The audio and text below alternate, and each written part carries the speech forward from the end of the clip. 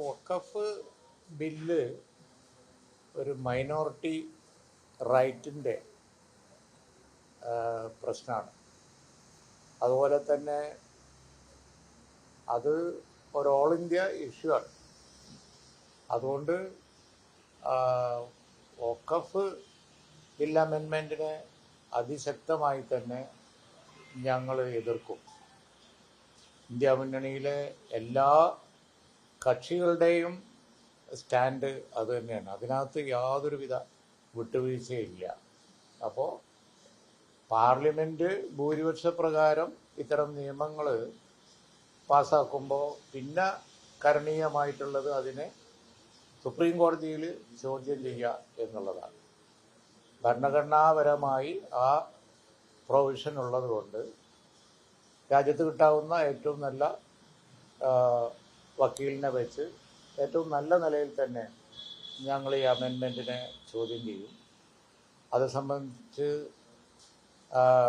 ശ്രീ കപിൽ സിബിലൊക്കെ ആയിട്ടുള്ള അദ്ദേഹം ഇത് സംബന്ധിച്ച് ഇതിൻ്റെ ചർച്ചയിൽ പങ്കെടുത്ത് സംസാരിക്കുകയൊക്കെ ചെയ്ത വ്യക്തിയാണ്. അത് അദ്ദേഹവുമായി നാളെ ചർച്ച വെച്ചിട്ടുണ്ട്. ഞങ്ങളുടെ രാജ്യസഭ മെമ്പർ ശ്രീ ഹാരിസ് ബിരാനും അതുപോലെ തന്നെ ഞങ്ങളുടെ എം പിമാരും ഒക്കെ അവിടെ ഉണ്ട്. അപ്പോൾ ഞങ്ങളെല്ലാം കൂടി കൂട്ടായിട്ട് ചർച്ച ചെയ്ത് ഈ ബില്ല് സംബന്ധിച്ച കാര്യങ്ങൾ വളരെ സീരിയസ് ആയിട്ട് മുന്നോട്ട് കൊണ്ടുപോകും. അതിനെതിരായി ഇപ്പോൾ കഴിഞ്ഞ പൗരത്വ പ്രശ്നമൊക്കെ വന്നപ്പോൾ ഉണ്ടായ പോലെ തന്നെ ശക്തമായ നിലയിൽ തന്നെ അതിനെതിരായി കാര്യങ്ങൾ കൊണ്ടുപോവുകയും അതുപോലെ തന്നെ ഫൈറ്റ് ചെയ്യുകയും ചെയ്യും. അത് ഭരണഘടനാപരമായി നമുക്ക് ഉള്ള അവകാശമാണ്. അത് ഓൾ ഇന്ത്യ ഇഷ്യൂ ആണ്. ഇപ്പോൾ ഒരു കമ്മ്യൂണിറ്റിയുടെ സ്വത്തിലാണ് കണ്ണുവെച്ചത് എങ്കിൽ നാളെ ഇതേ പ്രശ്നം മറ്റുള്ള ആളുകൾക്കും വരും. ഇപ്പം തന്നെ വന്നല്ലോ. ഏറ്റവും കൂടുതൽ സ്വത്ത് കൈവശം വെച്ചിരിക്കുന്നു മറ്റൊരു മൈനോറിറ്റി കമ്മ്യൂണിറ്റി എന്ന് പറഞ്ഞ് ഇപ്പോൾ വന്നു. അപ്പം മനസ്സിലിപ്പോൾ അതാണ്. ഇത് കേരളത്തിലെ താൽക്കാലിക ആവശ്യത്തിന് വേണ്ടി മുനമ്പവും കാര്യമുള്ളതൊക്കെ പറയുക എന്നല്ലാതെ ഉദ്ദേശം രാഷ്ട്രീയമാണ്. മാത്രമല്ല ഓൾ ഇന്ത്യ തലത്തിലുള്ള ഒരു നയമാണ്.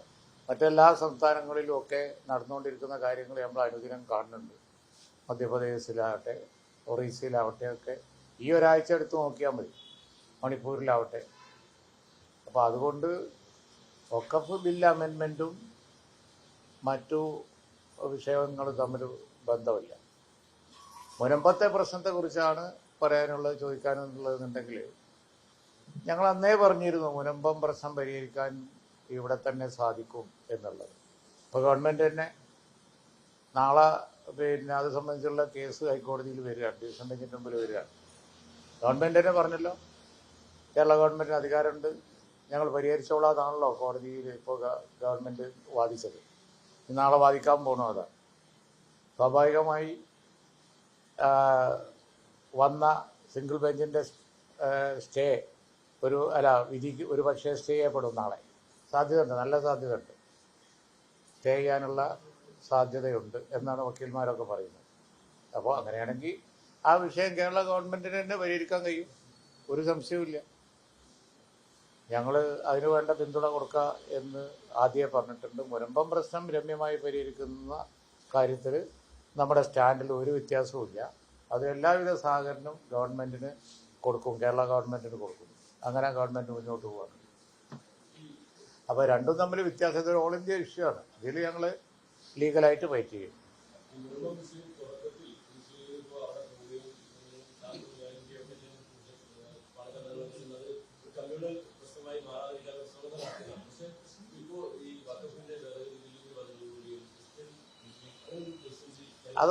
അതൊന്നും സ്ഥായിയല്ല. അതൊക്കെ ഓരോ വിഷയങ്ങൾ വരുമ്പോൾ ഓരോ തരം ചർച്ചകൾ വരും എന്ന് വിചാരിച്ച് ഓരോ സമൂഹത്തിൻ്റെ രാഷ്ട്രീയ സ്റ്റാൻഡിൽ അതുപോലെ തന്നെ അവരുടെ നിലപാടിലൊന്നും മാറ്റം വരില്ല.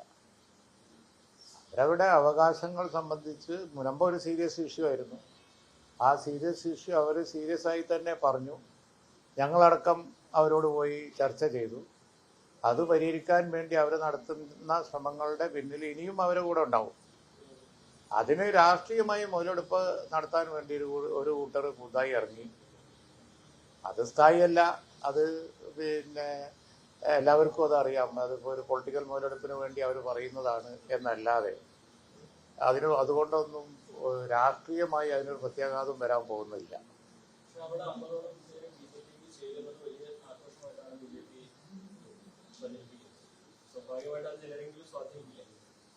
അങ്ങനെ എത്ര ഇഷ്യൂ ഇവിടെ പലതരത്തിൽ പ്രചരിപ്പിക്കപ്പെട്ടിരിക്കുന്നു. ഒരു രാജ്യം അങ്ങോട്ടും ഒരു രാജ്യം ഇങ്ങോട്ടും ഒന്നും. ഇന്ത്യൻ നാഷണൽ കോൺഗ്രസ് ഈ സമൂഹത്തിൻ്റെ ഒക്കെ ഒരു നാച്ചുറൽ പിന്നെ പാർട്ടിയാണ്. മാത്രമല്ല ഇന്ത്യൻ നാഷണൽ കോൺഗ്രസ് ഒരു മതേതര പാർട്ടിയാണ്. അതുപോലെയുള്ള ജനാധിപത്യ പാർട്ടികളാണ് അവരുടെ പാർട്ടിയാണല്ലോ, ഈ ജനസമൂഹത്തിൻ്റെ പാർട്ടിയാണ്. അവരൊക്കെ കാലാകാലങ്ങൾ അണിനിരന്നിട്ടുള്ള പാർട്ടിയാണ്. അവർക്ക് തന്നെ കാര്യങ്ങൾ തീരുമാനിക്കാനുള്ള റൈറ്റ് ആ പാർട്ടിയിലുണ്ട്. പിന്നെ അവർ വേറുള്ളവരെ ആശ്രയിക്കേണ്ട കാര്യം എന്താ? വല്ലവൻ്റെയും പ്രീതി നോക്കി നിൽക്കേണ്ട കാര്യമൊന്നും കേരളത്തിലില്ല. ഇവിടെ മതേതര പാർട്ടികൾക്ക് തന്നെ ഈ ബന്ധപ്പെട്ട സമൂഹങ്ങളുടെ മുഴുവൻ പിന്തുണ കാലാകാലങ്ങളിൽ കിട്ടിക്കൊണ്ടിരിക്കുന്നതിന് കാരണം എന്ന് വെച്ചാൽ തീരുമാനിക്കുന്നത് അവർ തന്നെയാണ്. ഞങ്ങളൊക്കെ ഒരുമിച്ചാണല്ലോ ഇവിടെ ഭരണം നടത്തിക്കൊണ്ടിരുന്നത്. അപ്പോൾ ഇനി വല്ല പരാതികൾ ഉണ്ടെന്നുണ്ടെങ്കിൽ അത് നേരിട്ട് തന്നെ കൈകാര്യം ചെയ്യാൻ ഞങ്ങൾക്കൊക്കെ സാധിക്കും. ഒക്കപ്പ് ഇപ്പോൾ വന്ന അവിടെ മുനമ്പം പ്രശ്നം ഇപ്പോൾ വന്നൊരു വിഷയമാണ്. ആ വിഷയം ഇവിടെ പരിഹരിക്കാൻ കഴിയും. പരിഹരിക്കാൻ കേരള ഗവൺമെൻറ് ഇനീഷ്യേറ്റീവ് എടുത്താൽ അതിനെല്ലാവിധ സഹകരണവും നമ്മൾ കൊടുക്കുകയും ചെയ്യും.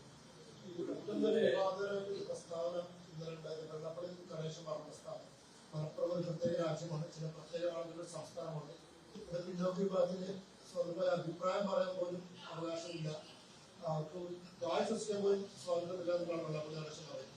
ആ പ്രസ്താവന ഇന്നലെ വന്നതിന് ശേഷം ഒരു പൂച്ചക്കുട്ടിയുടെ പിന്തുണയിൽ കിട്ടിയ ആരും അതിനെ പിന്തുണച്ചോ നല്ല അഭിപ്രായം പറയുകയോ ചെയ്തിട്ടില്ല. അത് മാത്രമല്ല, കേരളമല്ലേ ഇത്. കേരളത്തിൽ ഇത്തരം പ്രസ്താവനകളൊക്കെ ശ്രദ്ധ കിട്ടാൻ വേണ്ടി നടത്തുന്നതാണ്. അറ്റൻഷൻ കിട്ടാൻ വേണ്ടി, ന്യൂസിനൊക്കെ വേണ്ടിയിട്ട്, പൊളിറ്റിക്കൽ മുതലെടുപ്പിന് ഇത് ഉതകും എന്നൊക്കെ കരുതി പാവം ഇങ്ങനത്തെ പ്രസ്താവന ചെയ്യുന്ന കുറേ ആളുകളുണ്ട്. അവരറിയുന്നില്ല അവർക്ക് ഇത് കേരളമാണ്, കേരളത്തിലുള്ള എന്തിനേയും പോവുകയുള്ളൂ. കഴിഞ്ഞ പാർലമെൻറ്റ് തെരഞ്ഞെടുപ്പിൽ ഈ പറഞ്ഞ പോലെ ഇവിടെ വന്ന് മത്സരിച്ചല്ലോ. മലപ്പുറം ജില്ല ഉൾക്കൊള്ളുന്ന 3 മണ്ഡലം ഉൾക്കൊള്ളുന്ന വയനാട് മത്സരിച്ചല്ലോ.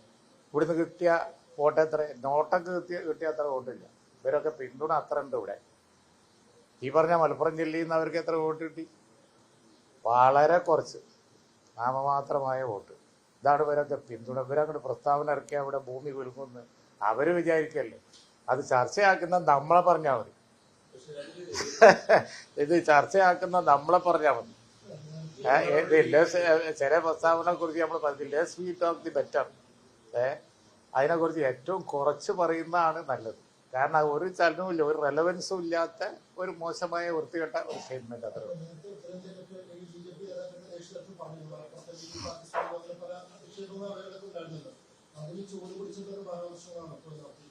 അതെ, അത് ചർച്ചയാക്കുന്നതിനോട് എനിക്ക് യോജിപ്പില്ല.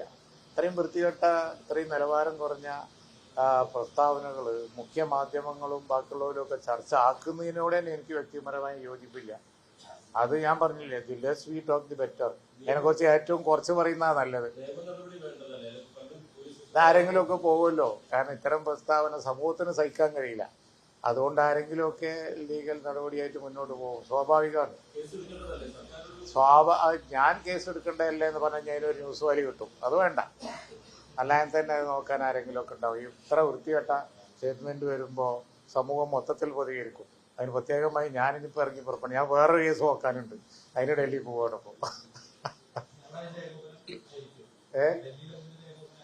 ഡൽഹിയിൽ വളരെ സീരിയസ് ആയിട്ട് ഈ കേസ് ചർച്ച ചെയ്യുകയും നാളെ തന്നെ പിന്നെ അത് സംബന്ധിച്ച് ഫയൽ ചെയ്യുകയും ചെയ്യും. പ്രസിഡന്റിന്റെ അസന്റ് എന്ന് കിട്ടി. അതുകൊണ്ട് ഈ പ്രസ്താവന സമൂഹം മൊത്തത്തിലങ്ങ് തള്ളിക്കളഞ്ഞു. അതുകൊണ്ട് അതിന് നിങ്ങൾ മീഡിയ ചർച്ച ചെയ്യേണ്ടതില്ല എന്നാണ് എൻ്റെ അഭിപ്രായം.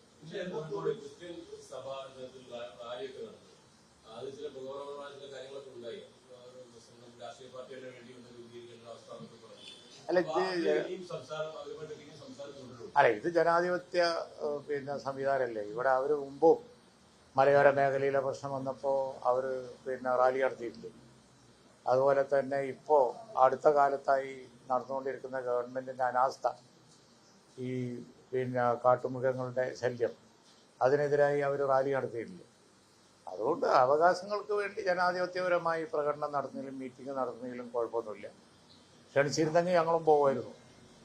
അപ്പോൾ അത് കാലാകാലങ്ങളിൽ അവർ നടത്തുന്നത് തന്നെയാണ്. അത് വളരെ സീരിയസ് ആയിട്ട് UDF ആടുന്നുണ്ടെങ്കിൽ വളരെ സീരിയസ് ആയിട്ട് എടുക്കും. ഞങ്ങളിപ്പോൾ ചർച്ച ചെയ്തുകൊണ്ടിരിക്കുന്ന മാനിഫെസ്റ്റോയിൽ മലയോര മേഖലയിൽ ഇന്നുളവായിട്ടുള്ള ഒരുപാട് പ്രശ്നങ്ങൾ സംബന്ധിച്ച് വളരെ സീരിയസ് ആയിട്ടുള്ള ആൾട്ടർനേറ്റീവ് അജണ്ട, ആ പ്രശ്നം ഉണ്ടാവുന്നല്ല പറയുന്നത്, പരിഹാരത്തിന് ഒരു ആൾട്ടർനേറ്റീവ് അജണ്ട കണ്ടെത്തണം എന്നുള്ളത് ഞങ്ങൾ ആലോചിച്ചുകൊണ്ടിരിക്കുക. അതെ, അതുപോലെ തന്നെ തീരദേശ പ്രശ്നങ്ങളിൽ ഇപ്പോൾ തീരദേശത്ത് ജീവിക്കുന്നവർക്ക് ഒരുപാട് കാര്യങ്ങൾ ഇപ്പോൾ ഉയർന്നു വന്നിട്ടുണ്ട്. കേന്ദ്ര ഗവൺമെൻറ്റിൻ്റെ കടൽ പിന്നെ മണൽ ഖനനം വലിയ വിഷയമായിട്ട് വന്നിരിക്കുകയാണ്. അത് സംബന്ധിച്ച് ജാഥ UDFൻ്റെ ജാഥ വരുന്നുണ്ട്, തീരദേശ ജാഥ. ഞങ്ങൾ അത്തരം പ്രശ്നങ്ങളുമായിട്ട് മുന്നോട്ട് പോവുകയാണ്. തീരദേശത്തുള്ള മതമേലധ്യക്ഷന്മാരോട് അതുപോലെ രാഷ്ട്രീയ നേതാക്കന്മാരൊക്കെ ഞങ്ങൾ തന്നെ ചർച്ച നടത്തും.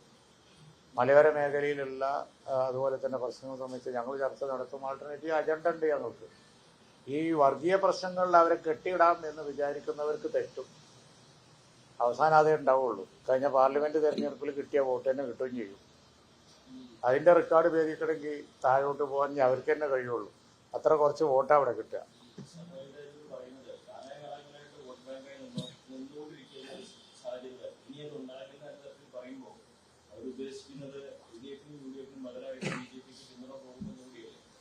ഇല്ല, അത് പിന്നെ മെറിറ്റ് ബേസിൽ ആരാണ് നല്ലതെന്ന് നോക്കി വോട്ട് ചെയ്യുകയാണെങ്കിൽ UDFനെ ചെയ്യുള്ളൂ. മധ്യപ്രദേശിൽ ഇപ്പോൾ നടന്നുകൊണ്ടിരിക്കുന്ന കാര്യങ്ങൾ അവർ വിലയിരുത്തണം. അതിർത്തി സംസ്ഥാനങ്ങളിൽ മുഴുവൻ വർഷങ്ങളായി സംഘർഷം നടക്കുന്നത് ആരും തമ്മിലാണ്. ഓർഗനൈസറിൻ്റെ ഇന്നലത്തെ ലേഖനം ഒറ്റപ്പെട്ട ഒരു കാര്യമല്ലല്ലോ, വളരെ കാലമായിട്ടുള്ള സംഭവങ്ങളാണ്.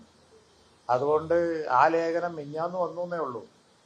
അത് അവരുടെ അജണ്ടയിലുള്ള കാര്യം തന്നെയാണ്. ഇവിടെ ബ്രിട്ടീഷുകാരുടെ കാലം തൊട്ട് അങ്ങനെ എങ്ങനെയെന്നൊക്കെ ആദ്യം പറയുന്നതല്ല, എപ്പോഴും പറയുന്നത് തന്നെയാണ്. അപ്പോൾ അതുകൊണ്ടാണ് പറഞ്ഞു ഇന്നിനി നാളെ ഞാൻ എന്നുള്ള.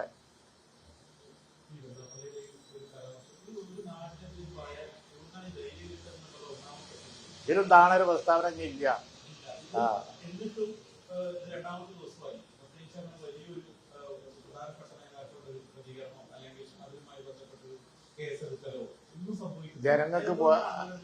ജനങ്ങൾക്ക് ബുദ്ധി ഉള്ളത് കൊണ്ട്, കാരണം ഇത് അറ്റൻഷൻ കിട്ടാൻ വേണ്ടി വിളിച്ചു പറയുന്നതാണെന്നും ഇതിനോട് പ്രതികരിക്കുന്നതാണ് മോശമെന്നും ഈ തറ പ്രസ്താവനക്കൊക്കെ ന്യൂസ് വാല്യൂ ഉണ്ടാക്കി കൊടുക്കുന്നതുമാണ് പിന്നെ ബുദ്ധിശൂന്യത എന്ന് മനസ്സിലാക്കുന്നതുകൊണ്ടാവും. പ്രതികരണം ഉണ്ടല്ലോ, പ്രതികരണം ഇപ്പോൾ കേസും കൂട്ടമൊക്കെ ആയില്ലേ, ആരെങ്കിലുമൊക്കെ സമൂഹം പ്രതികരിക്കാതിരിക്കും. അതുകൊണ്ട് അതിന് ഇവിടെ ഒരു ചലനം ഉണ്ടാക്കാൻ കഴിയില്ല, അവർക്കൊരു സ്വാധീനവും ഇല്ല എന്നുള്ളത് എല്ലാവർക്കും അറിയാവുന്നത് കൊണ്ടാണ് എല്ലാവരും അത് അവഗണിക്കുന്നത്. നിങ്ങൾ മീഡിയ മാത്രമാണ് ഇതിന് വലിയ പ്രാധാന്യം കൊടുക്കുന്നത്. അതങ്ങ് ഒഴിവാക്കിയാൽ മതി, പ്രശ്നം തീരും. അല്ല, അത് തപ്പി പിടിക്കണത് നിങ്ങൾ ചർച്ചയാക്കാനാന്ന് എനിക്കറിയാം. അതുകൊണ്ട് ഞാൻ പ്രതികരിക്കുന്നില്ല. അല്ല, അതെ നിങ്ങൾ ചോദിച്ചുകൊണ്ടിരിക്കുന്നത് ചർച്ചയാക്കാനാണ്. ഞാൻ അതിൽ പങ്കെടുക്കൂല, ഞാൻ ആദ്യം പറഞ്ഞല്ലോ. പിന്നെന്തിനാ ചോദിക്കുന്നത്? ഞാൻ അതിലെ ഒരു ചർച്ചക്കും ഇല്ല. കാരണം ആർക്ക് മൃദു ഉണ്ടായാലും അതുപോലെ തന്നെ അതിലും വലിയ സമ്മർദ്ദം ഉണ്ടായാലും ഒന്നും ഇവിടെ സമൂഹത്തിൽ യാതൊരു ചലനം ഉണ്ടാക്കാം. മാൻഹോളിൽ ആള് പോയപ്പോഴെ ജാതി നോക്കി പ്രസ്താവന ഒന്നുമില്ല. എന്നിട്ടിപ്പോ ഇതൊക്കെ ചർച്ചയാക്കുന്ന നിങ്ങളെ പറഞ്ഞാൽ മതി. ഞങ്ങളത് പിന്നെ അത് ഒന്നും ഒരു ചലനം ഉണ്ടാക്കാൻ പോകുന്നില്ല. അതാണ് ഞാൻ പറഞ്ഞത്. ഇപ്പോൾ നോക്കിക്കോളും, നിലമ്പൂർ ബൈ ഇലക്ഷൻ വരാൻ പോവല്ലേ, കിട്ടുന്ന വോട്ട് എത്രയെന്ന് നമുക്ക് കാണാമല്ലോ. ഇത് കേരളമാണ്. കേരളത്തിൽ ആരും അതിനൊരു മതിപ്പും കാണുന്നില്ല. നിലമ്പൂർ ബൈ ഇലക്ഷൻ വരാൻ പോകുന്നുണ്ട്. വരെ സ്ഥാനാർത്ഥി ഉണ്ടാവുമല്ലോ, നമുക്കറിയാം, നോക്കാതെ എത്ര വോട്ട് കിട്ടുമെന്നുള്ളത്. ഒന്നും കിട്ടാൻ പോകുന്നില്ല. അത് വേറെ കാര്യം, പൊളിറ്റിക്കലാണ്, നമ്മൾ ഫൈറ്റ് ചെയ്തോളാം. അത് വേറെ കാര്യം, അത് നമുക്ക് കാര്യമായിട്ട് എടുക്കാം.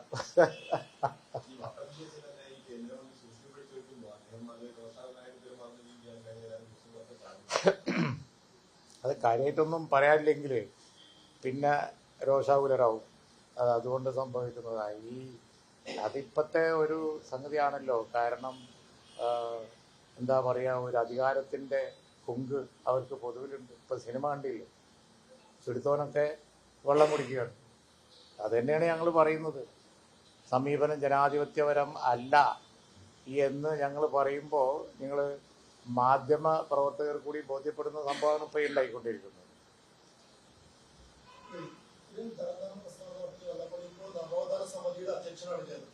വെള്ളാപ്പള്ളിയിൽ നിന്ന് വിടുന്നില്ല അല്ലേ?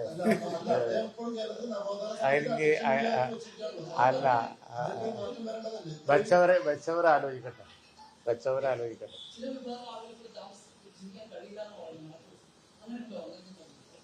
നിങ്ങളൊക്കെ ഇവിടെ മലപ്പുറത്തല്ലേ ജീവിക്കണേ? എന്താ വല്ലതും തോന്നിയിട്ടുണ്ടോ? നിങ്ങൾ മറുപടി പറഞ്ഞാൽ മതി. വിട്ടുകളെ നമുക്ക്. ശരി, സ്വാഭാവികല്ലേ സമൂഹത്തിൽ. പിന്നെ സമൂഹത്തിന് ജീവിക്കാൻ തന്നെ പ്രയാസം ഉണ്ടാക്കുന്ന വർത്തമാനങ്ങൾ ആരെങ്കിലും പറഞ്ഞു കഴിഞ്ഞിട്ടുണ്ടെങ്കിൽ പ്രതികരണം ഉണ്ടാവില്ലേ? അത് അങ്ങനെ വരുന്നതാണ്. അല്ലാതെ ഇവിടെ അതിനൊരു വിലയുണ്ടായിട്ടല്ല. ഈ താണ പ്രസ്താവന ചെയ്താൽ ഒരു ചലനവും കേരളത്തിലുണ്ടാവില്ല. ഞാൻ പറഞ്ഞല്ലോ, അതിൻ്റെ ടെസ്റ്റ് കേസാണ് നിലമ്പൂര്. നമുക്ക് നോക്കാമല്ലോ, കഴിഞ്ഞ പാർലമെന്റ് തെരഞ്ഞെടുപ്പിൽ എത്ര കുറച്ച് വോട്ടാണ് കിട്ടിയത് ഇവർക്ക് ഇവിടെ ഈ മലപ്പുറം ജില്ലയിൽ. ഇതൊക്കെ പറയുന്ന ഒരു താണെന്നുണ്ടെങ്കിൽ വോട്ട് കിട്ടണ്ടേ? നോട്ടൊക്കെ അതിനേക്കാളും വോട്ടുണ്ട് കഴിഞ്ഞ പാർലമെന്റ് തെരഞ്ഞെടുപ്പിൽ. ഇനിയിപ്പം നിലമ്പൂർ ബൈ ഇലക്ഷൻ വരാൻ പോയി നമുക്ക് കാണാമല്ലോ. വോട്ടൊക്കെ LDF UDF ഒക്കെ ഭാഗിച്ചു പോകും. ഇവർക്ക് കിട്ടുന്ന വോട്ട് എത്രയെന്ന് കാണാൻ വളരെ മോശമായിരിക്കും. UDF ജയിക്കുമ്പോൾ അതിൻ്റെ താഴെ ഇടതുപക്ഷം വരും. ഇവരെ സ്ഥാനം എവിടെ നിങ്ങളൊന്ന് നോക്കിയാൽ മതി. ഓക്കെ, ശരി.